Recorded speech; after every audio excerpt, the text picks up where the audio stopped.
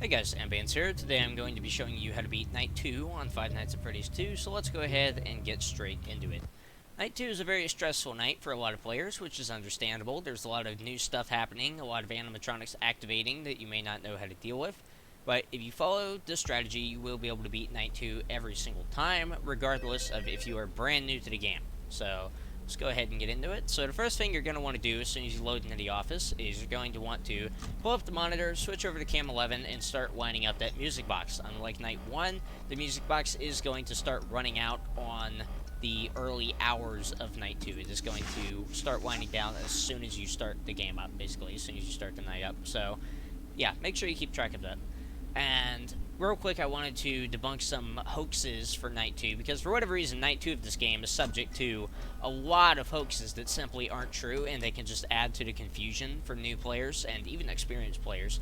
So, the first hoax that is very common that I've seen is people saying that old Freddy, Bonnie, and Chica can move around on this night. This is not true. The withered animatronics, except for Foxy, cannot move at all on Night 1 or 2. I checked the AI. There's absolutely nothing that would cause them to start moving around like this before Night 3. So don't worry about that. And speaking of animatronic movement, the other thing that I wanted to talk about is people are saying that some animatronics, usually Foxy or Mangle, can just appear in the hallway and kill you at 12 a.m. sometimes. This is just not true. All AI levels are set to 0 until 1 a.m., at which point they will start moving. Let's go ahead and check Kit's Cove. Alright, Mangle is still there. Keep lining up the music box. No problem here. We don't really need to check Kit's Cove, come to think of it, because Mangle will move to the prize corner as soon as he/she, whatever you call it, exits. There we go. There's Mangle. And as you can hear, there's now what sounds like garbled radio static. This is actually an important audio cue that we're going to want to pay attention to later. So what this means is that Mangle is near you, or you're currently looking at Mangle. So if you're not looking at a camera that currently has Mangle on it, which should only be prize corner on the later nights. So if Mangle isn't here, and you hear that radio static, there's only two possibilities. Either Mangle's on the ceiling, and you're probably going to die, because there's nothing you can do at that point, except just not raise the monitor a ton and hope you can wait it out. Or Mangle appears in the right vent, at which point it's time to slap on the mask. You can tell if Mangle is there, if Mangle isn't on the ceiling, and Mangle isn't here. And if you hear radio static, Mangle is in the right vent, so immediately throw on that mask and get rid of him/her. I don't even know how to refer to Mangle in these guides, honestly, but yeah, you don't even need to check the right vent light, really, to see if Mangle's there. The only reason we're doing that is for Toy Bonnie, and we know Mangle's not there anyway, obviously, because Mangle's on camera right here, just left, so, yeah, this night should be pretty simple. The pattern that you're going to want to follow is just check the left vent light, use the flashlight, turn over here, right vent light, pull up the camera, wind the music box, and then pull down the camera and put on the Freddy mask, which I was explaining last guide. What you're going to want to do is you don't need to move over here to close the monitor. You can go here, and if you do it twice, you immediately put on the Freddy mask. So Toy Freddy's getting close, so you're going to want to do this anyway, just so that you can prevent him from getting close to you. Well, that's not what I mean. Sorry, I can't talk today for some reason. What I mean is if he enters the office, you have a very short time to put on the Freddy Fazbear mask. So, if you're just doing it, even if you don't know if anything is there, like as soon as you raise the monitor, that's how you have the fastest reaction time, because you don't even have to consciously process it. There's Toy Bonnie. Gonna hover our mouse over the bottom left there, so that we can get out as soon as possible. So, yeah, this is pretty simple, you know. If there's no one in the hallway, you only need to flash it like 1 or 2 times. If Foxy does appear in the hallway, or any animatronic for that matter, because it does stun them as well, then you are going to want to go ahead and use that flashlight in order to stun them. You're going to want to use it quite a lot for Foxy, of course, so I'd say about 3 to 4 times is probably good. Then you pull up the camera. So, yeah, you just want to follow this pattern for the entire night, and as long as you have decent reaction time, then you'll be fine. And another thing that I wanted to mention is you don't want to get too into this pattern. And what I mean by that is that you don't want to be like, okay, check this, immediately pull up the monitor. You know, because if an animatronic is in that vent, there's a very likely chance that you are going to get killed if you pull up the monitor. So you do want to consciously process what's in the vents before you make the decision to pull up the monitor.